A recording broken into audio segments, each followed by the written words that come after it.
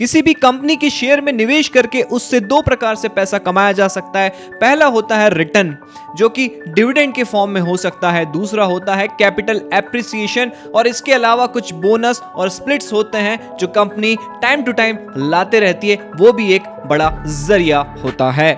तो आज के इस वीडियो में हम जानेंगे कि डिविडेंड ग्रोथ इन्वेस्टिंग होता क्या है।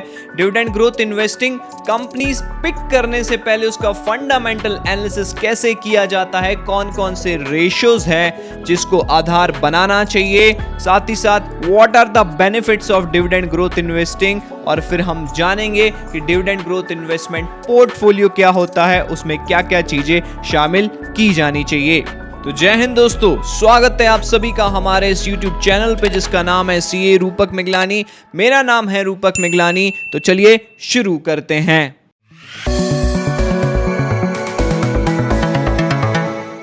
तो आइए डिविडेंड ग्रोथ इन्वेस्टिंग की चर्चा आगे बढ़ाने से पहले हम ये देख लेते हैं कि आखिरकार डिविडेंड्स क्या होते हैं। कंपनीज के प्रॉफिट का वो हिस्सा जो कि वो अपने शेयर होल्डर्स को डिस्ट्रीब्यूट करती है, इसे ही डिविडेंड कहा जाता है।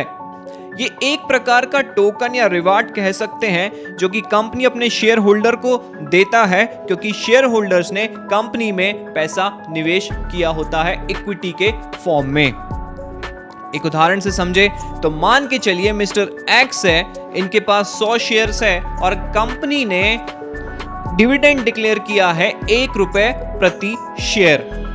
तो जो मिस्टर एक्स है, मिस्टर एक्स को 1 into 100 यानी कि ₹100 डिविडेंड के माध्यम से प्राप्त होगा। डिविडेंड ग्रोथ इन्वेस्टिंग से माना ये एक इन्वेस्टिंग स्ट्रेटेजी होती है जहां पे इन्वेस्टर्स डिविडेंड ड्रिवन कंपनीज या फिर यूं कहे हाई डिविडेंड पेइंग कंपनीज के ऊपर टारगेट करके अपना पैसा वहां निवेश करते हैं। इसे ही डिविडेंड ग्रोथ इन्वेस्टमेंट कहा जाता है। तो चलिए अब समझते हैं कि what are the benefits of dividend growth investing. Dividend driven companies company का ओवरऑल स्ट्रेंथ शो करती है। ये जनरली ब्लू चिप कंपनीज होती है। माना कि वे टॉप कंपनीज जिसकी एक्सीलेंट रेपुटेशन है डिविडेंड डिस्ट्रीब्यूट करने में। इसके माध्यम से आपको रेगुलर कैश फ्लोज भी आते रहता है। साथ ही साथ डिविडेंड ड्रिवन कंपनीज का जो डिविडेंड होता है वो कंपनी के स्टॉक प्राइस पे निर्धारित नहीं होता है, तो ये रेगुलर कैश फ्लो देने में सक्षम होती है। स्टॉक प्राइस से इसका कोई वाक्या नहीं होता है।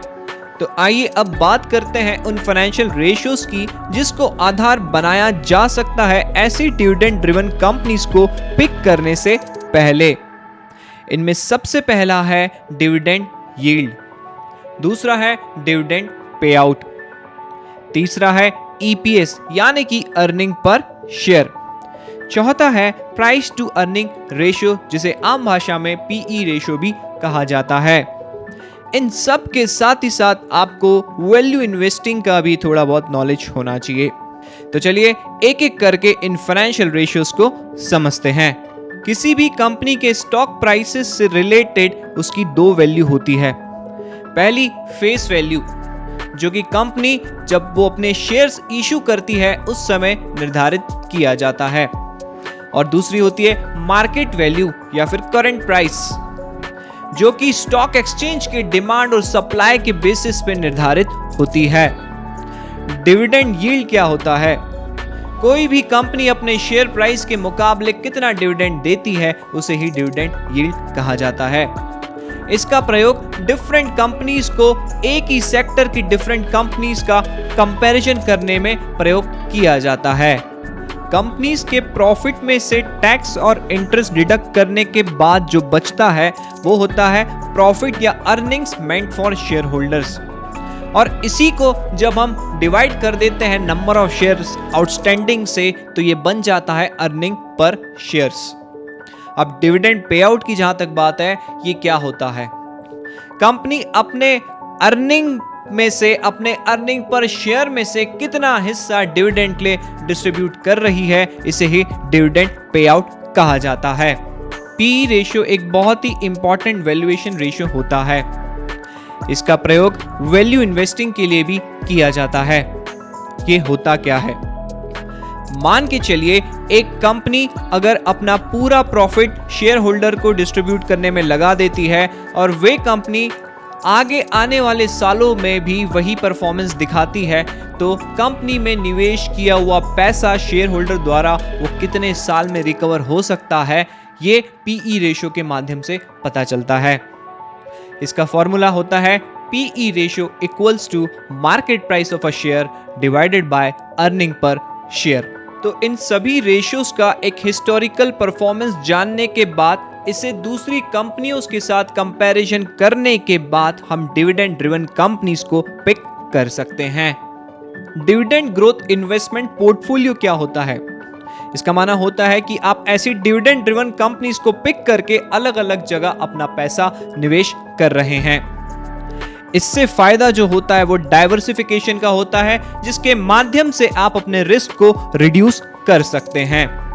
एक उदाहरण से समझे, मान के चलिए आपने ऐसी डिविडेंड ड्रिवन कंपनीज आइडेंटिफाई की और ऐसे 10 कंपनियों में अपना पैसा निवेश किया।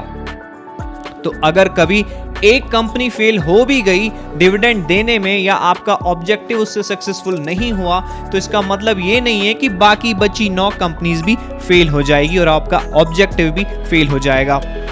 तो ये एक बेनिफिट होता है जिससे आप रिस्क रिडक्शन कर सकते हैं और इसे ही डिविडेंड ग्रोथ इन्वेस्टिंग पोर्टफोलियो कहा जाता है। किसी भी व्यक्ति का डिविडेंड ग्रोथ इन्वेस्टिंग पोर्टफोलियो निर्धारित होता है उसकी रिस्क टेकिंग एबिलिटी पे, उसके इन्वेस्टमेंट ऑब्जेक्टिव पे, यानी कि कोई ना कोई फाइनेंशियल गोल उसके दिमाग में होता है, और तीसरा टाइम हॉरिजॉन।